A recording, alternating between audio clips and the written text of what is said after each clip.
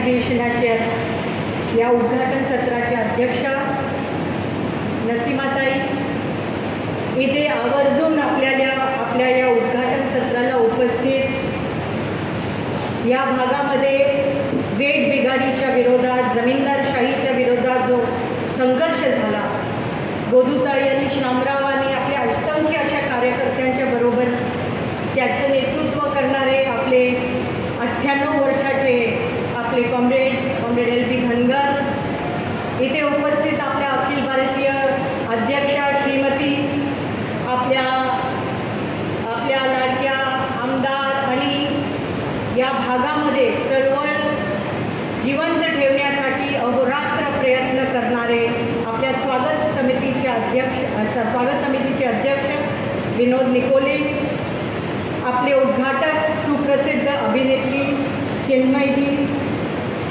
इथे उपस्थित किसान सभेचे राष्ट्रीय अध्यक्ष कॉम्रेड डॉक्टर अशोक ढवळे, आपले दुसरे कॉम्रेड इथे आवर्जून उपस्थित राहिले कॉम्रेड उदय रणदिवे, आपल्या प्राध्यापक संघटनेच्या नेत्या तापतीदी, दुसऱ्या नेत्या मधुदी, आपले या चळवळीशी संबंधित आणि कार्यकर्तेच म्हणायला पाहिजे इथे आवर्जून उपस्थित राहिलेले नीलूताई, आपल्या राज्याच्या सेक्रेटरी प्राचीताई, इथे उपस्थित आवर्जून आलेले कष्टकरी संघटनेचे कष्टकरी संघटनेचे नेते ब्रायन लोबो,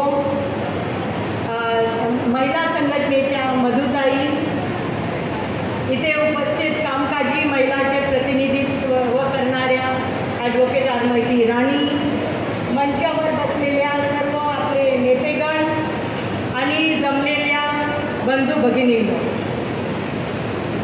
या अधिवेशनामध्ये मागच्या 3 वर्षात प्रचंड मोठे आंदोलन करून, संघर्ष करून आपण सगळेजण आज इथे जमा झालेले आहोत.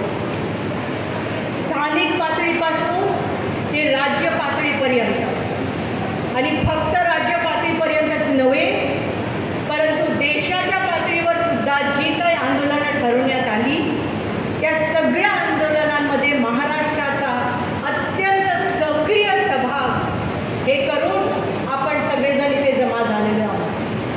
गल्ली बोळ्यात, गावात, पाड्यात महिलांचा पाणीचा प्रश्न, रस्त्याचा प्रश्न, अत्याचाराचा प्रश्न घेत महाराष्ट्र राज्याचा भाजपच्या सरकारच्या धोरणाच्या विरोधात आपण हजारो महिलांना महाराष्ट्राच्या रस्त्यावर उतरवलेला आहे. आपल्या अधिकारासाठी, आपल्या सुरक्षिततेसाठी आपण महिलांना जमा करतो. आज प्रश्न काय आहे देशामध्ये आणि महाराष्ट्रात?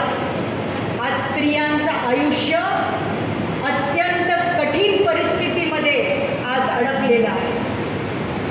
सगळ्या पद्धतीची धोरणं आज जी सरकार घेत आहे, त्या धोरणाचा प्रचंड विपरीत परिणाम आज स्त्रियांच्या आयुष्यावर होत आहे.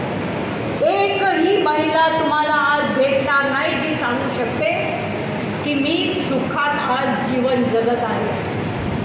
एकही महिला नाही भेटणार, ती मध्यमवर्गीय असू दे की शेतमजुरी करणारी असू दे. सगळे जे धोरणात सरकार घेते ही मनुवादी, प्रतिगामी, भांडवलदार, धार्जिणे, धर्मांध ही RSS BJPची सरकार आज दिल्लीमध्ये आणि महाराष्ट्रात सत्तेत बसलेली आहे.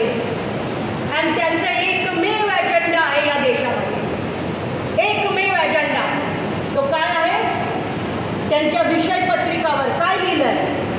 या देशामध्ये मुठ्ठीभर जे भांडवलदार वर्ग आहे, मोठे भांडवलदार, त्यांच्यासाठी हा अख्खा देश हा विकायला काढायचा. त्यांचे सगळे जे प्रॉफिट आहेत, त्यांचा मुनाफा वाढवण्यासाठी जी काय करायचं ते करायला तयार आहे. आणि दुसऱ्या बाजूला लोकांच्या धार्मिक भावना, जातीच्या आधारावर लोकांना विभागायचं, प्रचंड विषारी अशा पद्धतीचं प्रचार करायचा आणि महिलांचं आयुष्यात पूर्ण आग लावायची. हे दिसतंय आपल्याला. ग्रामीण भागात स्थानिक पातळीवर काम करताना त्याचे परिणाम आपल्याला दिसत आहेत. आज अन्न सुरक्षेचा प्रश्न घ्या तुम्ही. सगळे रिपोर्ट येत आहेत की महिलांमधलं कुपोषण हे वाढत चाललंय. लहान मुलांमधलं कुपोषण हे वाढत चाललंय आणि तिथे नरेंद्र मोदी मोठमोठ्या घोषणा करतात. 80 कोटी परिवारांना आम्ही मुफ्त रेशन देतोय. कुठे गेलं मुफ्त रेशन? किती जणांना भेटतंय? हे हळूहळू कमी व्हायला लागलंय.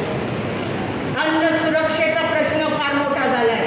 साध्या 2 वेळचं नीट पोटभर अन्न आज महिलांना मिळत नाही, ही स्थिती झालेली आहे आपल्या देशामध्ये. रोजगाराचा प्रश्न तुम्ही बघा. सगळ्या ठिकाणी खाजगीकरणाचा सपाटा लावलाय आणि त्यामुळे रोजगार भेटत नाही कुठेही. आणि स्त्रियांचा रोजगार तर सर्वात कमी आहे. आज फक्त ठेक्यावर ठेवलं जातं आणि असंघटित क्षेत्रामध्ये महिला आज ढकलले जात आहेत. शिक्षणाचा प्रश्न. सावित्रीबाई फुले आणि महात्मा ज्योतिबा फुलेंचं महाराष्ट्र.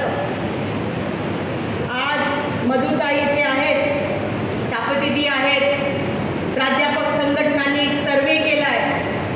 आज महाराष्ट्रात उच्च शिक्षणामध्ये विद्यापीठामध्ये मुलींचं प्रमाण कमी होत चाललं आहे. त्यांचा अभ्यास आहे त्याच्यावर. कोविड नंतर मुलींचं शिक्षण हे बंद व्हायला लागलंय महाराष्ट्रात. हजारो शाळा बंद झालेल्या आहेत. शाळा एकत्र केल्या त्यामुळे लांब जावं लागतं, मग मुलींना पाठवत नाही शाळेत. म्हणजे गाडी उलट्या दिशेने चालली आहे आज. जेव्हा आपण सांगतो की सावित्रीबाई फुलेंचा वारसा आम्ही उचलतोय, तेव्हा लक्षात घ्या हा वारसा हा हलका फुलका वारसा नाही आहे. हा वारसा आज मुलींचं शिक्षण महाराष्ट्रात शिल्लक राहतंय की नाही याच्यासाठी रण पेटवण्याचा आज प्रयत्न आपण केला पाहिजे. ती आज वेळ आलेली आहे. आरोग्याचा तोच. आरोग्याचा प्रश्न इतका बिकट आहे. पाणीचा प्रश्न बघा, विजेचा प्रश्न बघा. स्मार्ट मीटर लावले, हजारोचं बिल आलं आणि परिणाम काय झाला? घरातली वीज संपली. मग महिलांनी काय करायचं? ते रॉकेलची बत्ती पेटवायची आणि अंधारात घरात काम करायचं. मुलांनी अभ्यास कसा करायचा?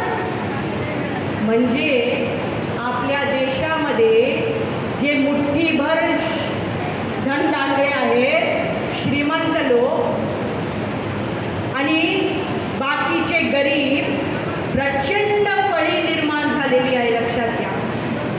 गरिबांमध्ये, श्रीमंतांमध्ये, आणि ती फळी जास्त वाढेल ही सगळी योजना या भाजपच्या सरकारने करून ठेवली आहे. दुसऱ्या बाजूला सगळ्या आपल्या साधन संपत्ती देशाच्या, मग ते वीज खातं असू दे, बँका असू दे, विमा खातं असू दे, रेल्वे, आपले जे हे सगळे बंदरगाह, आता इथे येते गाडवण याच्या विरोधात आपले आमदार फार मोठा आवाज उचलवत आहेत असेंब्लीमध्ये. हे सगळे आपल्या देशाची संपत्ती, देशाची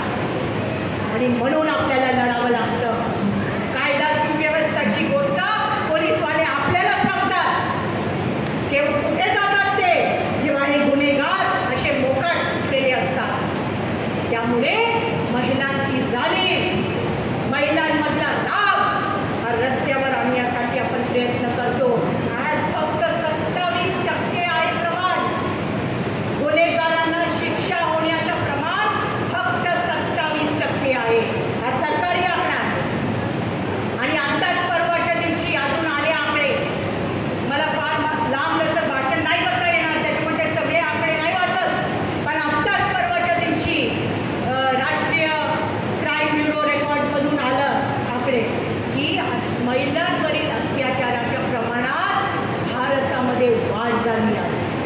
आणि महाराष्ट्राचा काहीतरी 3रा-4था नंबर आहे. पहिलं UPचा आहे, मग राजस्थान. याचा अर्थ जितकं अत्याचार, जितकी हिंसा वाढते तितकी महिला ही घरात ढकलली जाते. बाहेर जाऊ नको, लवकर ये, हे करू नको, ते करू नको, हे सगळे मापदंड आपल्याला लावले जातात. म्हणजे काय? म्हणजे एका स्त्रीला तिचं आयुष्य स्वतः बांधण्याच्या सगळ्या संधी या बंद केल्या जातात. ही परिस्थिती आहे. धर्म आणि जातीचं वापर राजकीय हितासाठी आज अत्यंत कौशल्याने हे RSS BJP वाले करतात. त्याच्यात महिलांना टार्गेट केले ते सगळे भजन मंडळी, हे सगळे ढोल वाजवून येतात गल्ली बोळ्यात, गावागावात महिला जातात. त्याच्यामध्ये ज्यांना जावं त्यांनी जावं, प्रश्न तो नाही आहे. ज्यांना जे धर्म मानायचं आहे ते मानावं. त्यांना मंदिरात जायचं आहे, मस्जिदात जायचं आहे, गुरुद्वारात जायचं आहे, चर्चमध्ये जायचं आहे, तो त्याचा देवाचा आणि तिचा स्वतःचा प्रश्न आहे. पण रस्त्यावर तुम्ही हिंदू मुसलमान करणार, हिंदू ख्रिश्चन करणार, आणि हे जे विष आहे ना, हे प्रचंड काय म्हणतात त्याला, व्हॉलटाईल असं भडक विष आहे. त्याच्या नावावर लोक एकमेकाचे मुर्दे पाडायला तयार होतात. आणि त्याच्यातून फायदा कोणाचा होतो? या भांडवलदार जमीनदार वर्गाचा.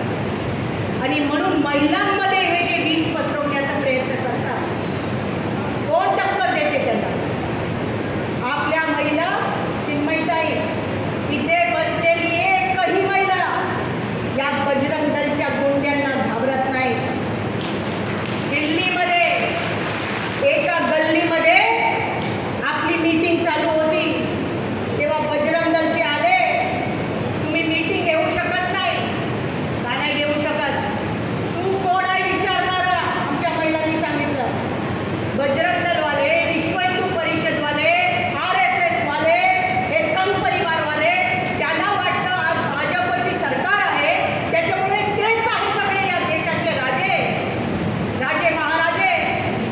येऊन सांगणार हे करू शकत नाही तुम्ही, ही मीटिंग घेऊ शकत नाही, ते नाटक करू शकत नाही, ते गाणं म्हणू शकत नाही, तुम्ही कोण आहात सांगणारे? आमच्या महिलांनी धडकापडती त्यानं सांगितलं. त्या गल्लीमध्ये उभे राहिले 5-7 महिला, 100 महिला लागत नाही. 5-7 महिलांमध्ये हिंमत असेल, 1000 महिला पाठीशी उभे राहतात.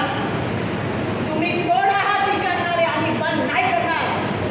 असं सांगितल्यावर सगळ्या गल्लीतल्या जनवादी महिला संघटनेच्या मेंबर, 1,10,00,000 मेंबर आहे या 26 राज्यामध्ये. महाराष्ट्रामध्ये जवळजवळ 1,25,000 मेंबर आहे 20-25 जिल्ह्यामध्ये. हे सगळे त्या गल्लीतले मेंबर आले आणि त्या बजरंग दलवाल्याला पळवून लावलं.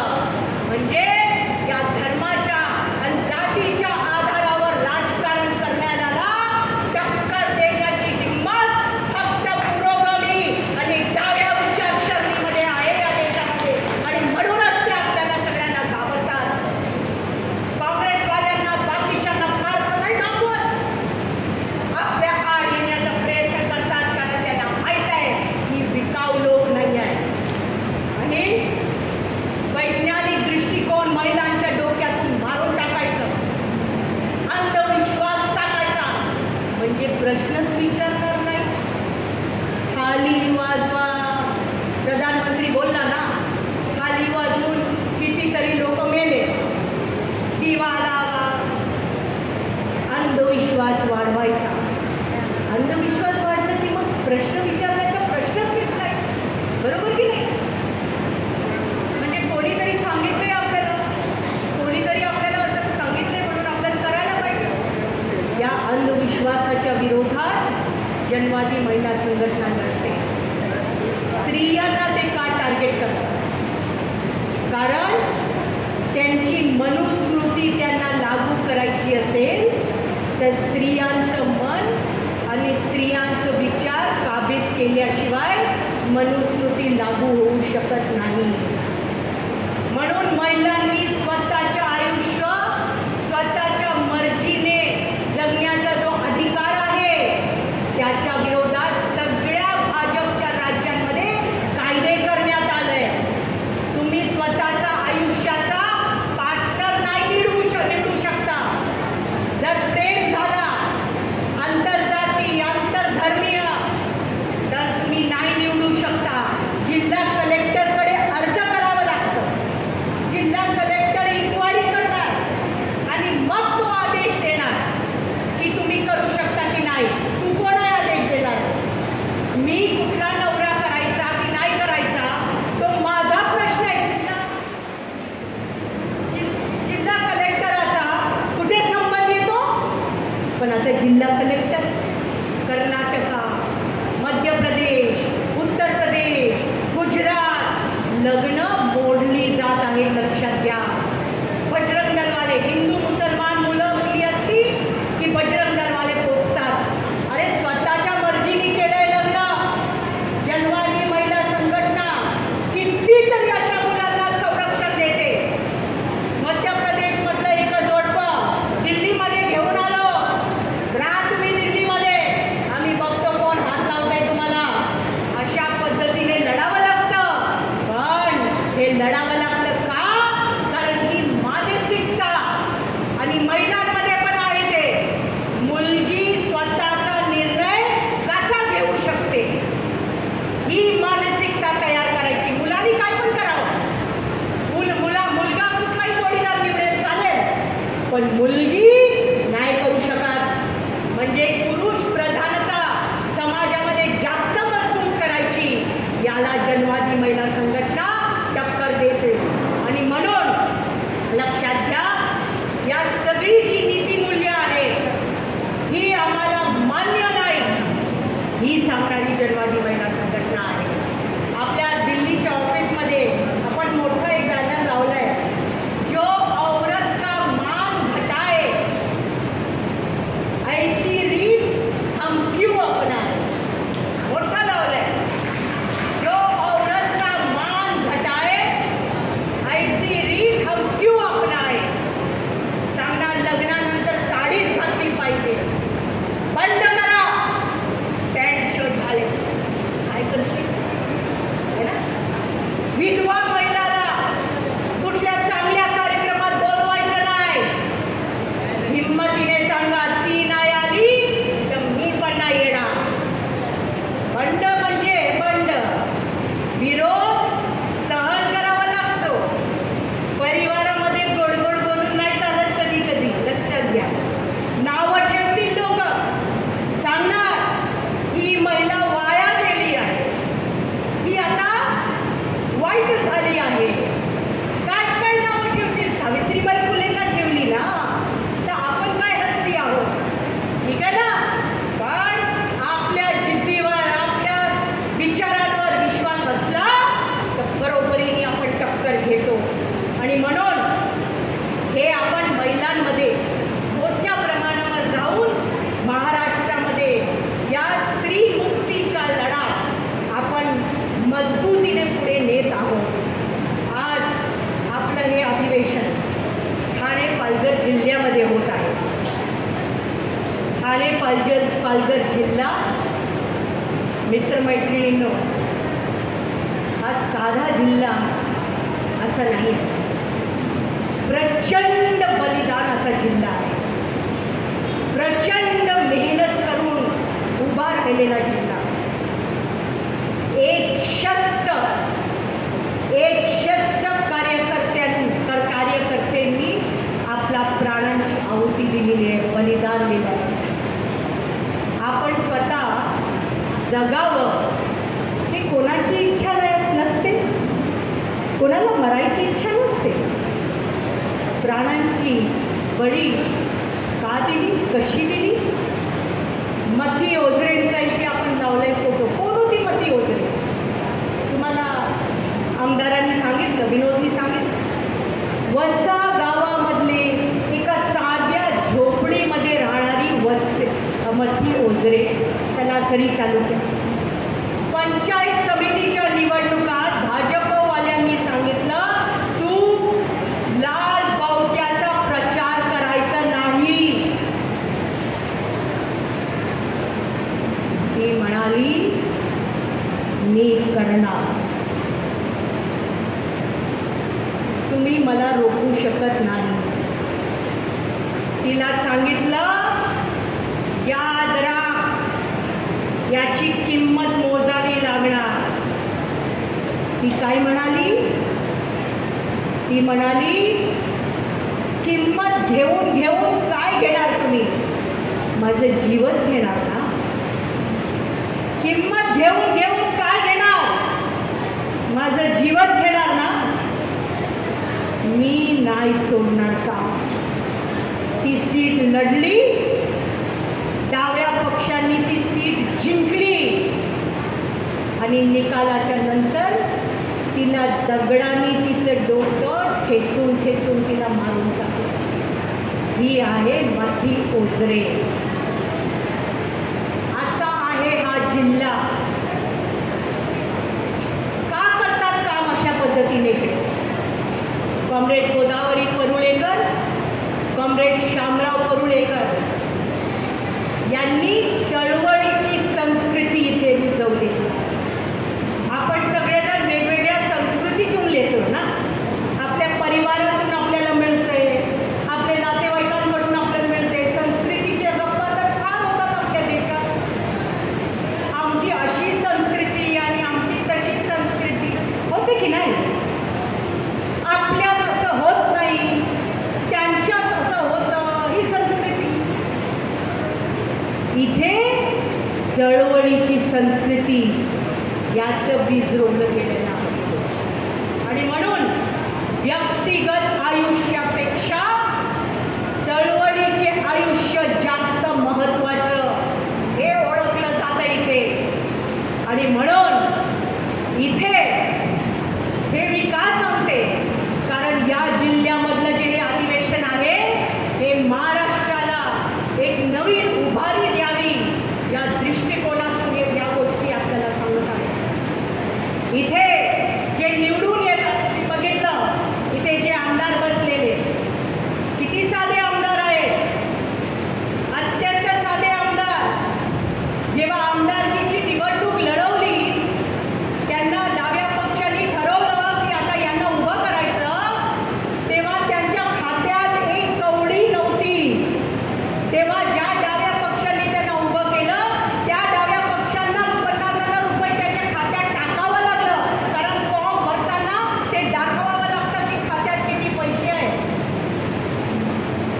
स्वतःचं घर नव्हतं, स्वतःची गाडी आज सुद्धा नाहीये. आणि हे आमदार त्यांना जे मानधन मिळतंय, काय 2 लाखच्या आसपास काहीतरी मिळतंय, त्याचे 1.5 लाख रुपये हे डाव्या पक्षाला आणि चळवळीसाठी ते देतात.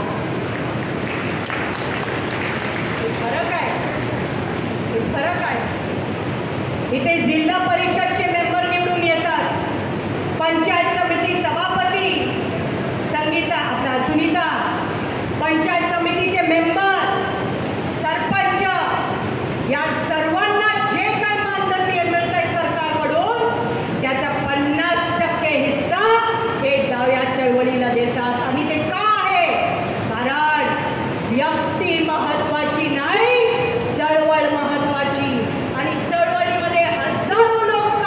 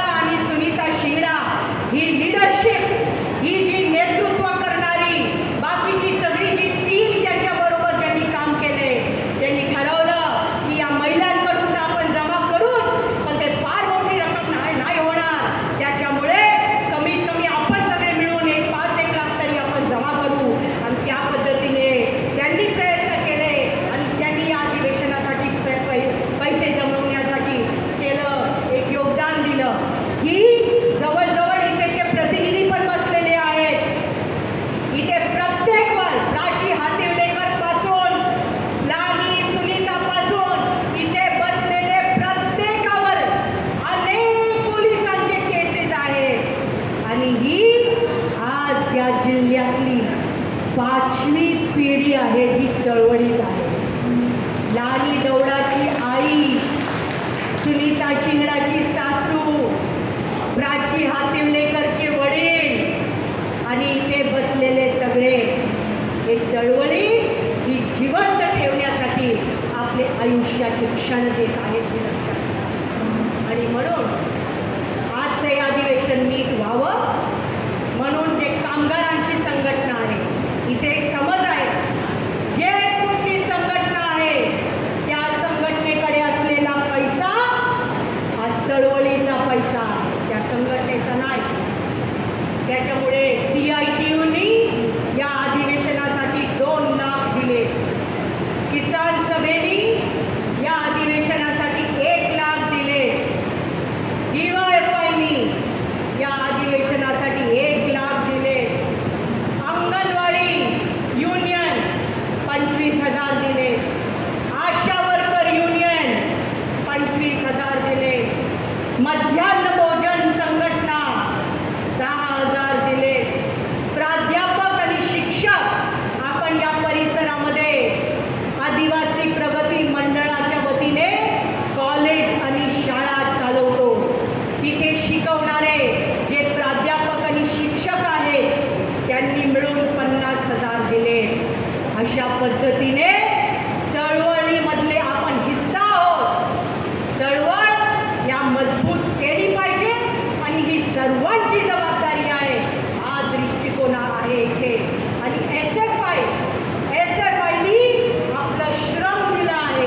तुम्ही पाहिलं ना, एडवाच्या ग्रुपवर जंगलात जाऊन लाकडं जमा केली झेंडा लावायला, रात्रंदिवस इथे व्हॉलेंटियरचं काम करतात.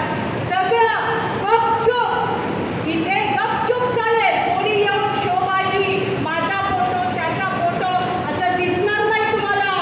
पण हे अधिवेशन यशस्वी व्हावं याच्यासाठी लागेल ते काम करायला आपले सगळे कार्यकर्ते ते तयार होतात हे आपण लक्षात ठेवलं पाहिजे. आपण एक महिला संघटना आहोत आणि म्हणून प्रत्येक महिला ही या महिला संघटनेची मेंबर होऊ शकते हे आपण लक्षात ठेवलं पाहिजे.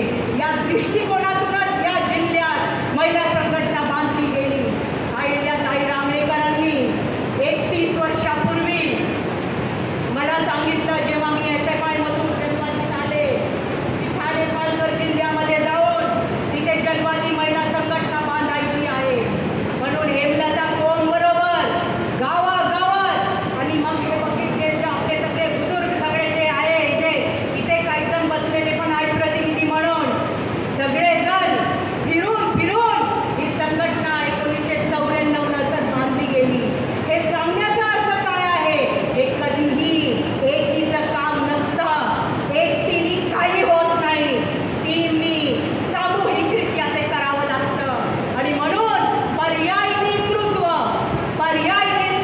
या 31 वर्षामध्ये सातत्याने तयार केलं गेलं आहे. आणि आज आपल्याला दिसतंय प्राची, लहानी, सुनीता आणि बाकी सगळेजण जे आहेत हे पर्याय 5वी पिढी आज ठाणे पालघर जिल्ह्यामध्ये आहे.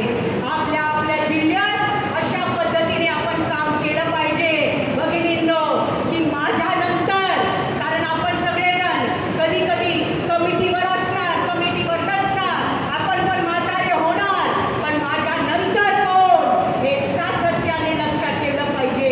पुढे आणलं पाहिजे आपल्या कार्यकर्त्यांना. आपल्या जिल्ह्यामध्ये जी महिला 16 वर्षाच्या वर आहे ती प्रत्येक स्त्री आपल्या संघटनेची मेंबर व्हायला पाहिजे.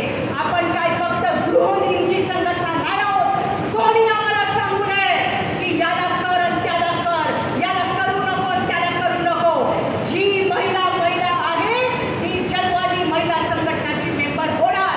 मग ती अंगणवाडीची असू दे, आशा वर्कर असू दे, मध्यान्ह भोजन असू दे, शेतकरी असू दे, शेतमजूर असू दे, कामकरी महिला असू दे, मनरेगामध्ये रोजगार हमीमध्ये काम करणारी असू दे, मच्छी विकणारी असू दे, भाजीपाला विकणारी असू दे, किंवा साधी महिला असू दे, शिक्षक असू दे, वकील असू दे, कोणीही महिला ही जन्मवादी महिला संघटनेची मेंबर होऊ शकते. हे क्लिअर राहा. कोणी आम्हाला रोखू शकत नाही.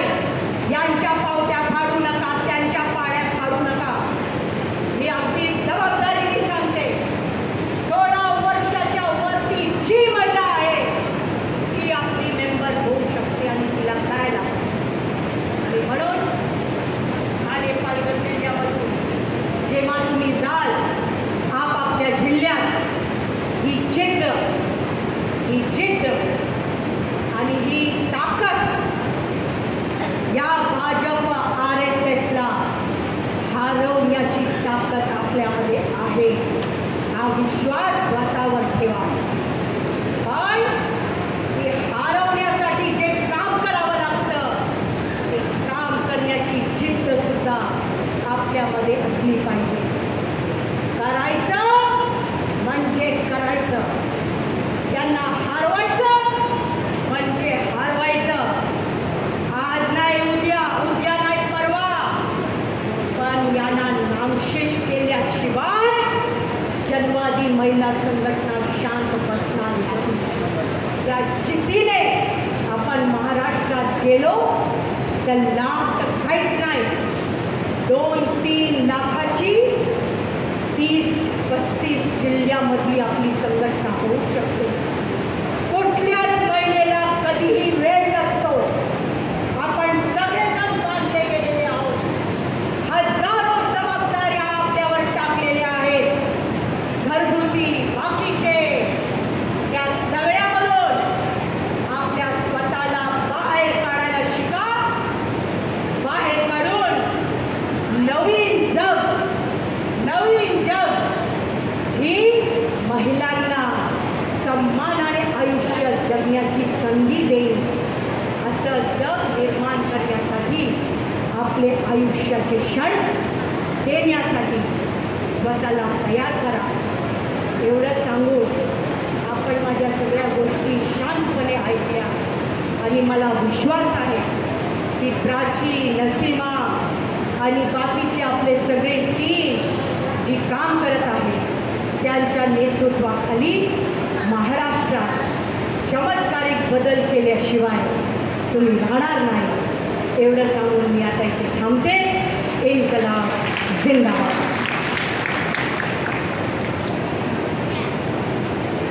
धन्यवाद मरियमताई. नेहमीच महाराष्ट्राला तुमचा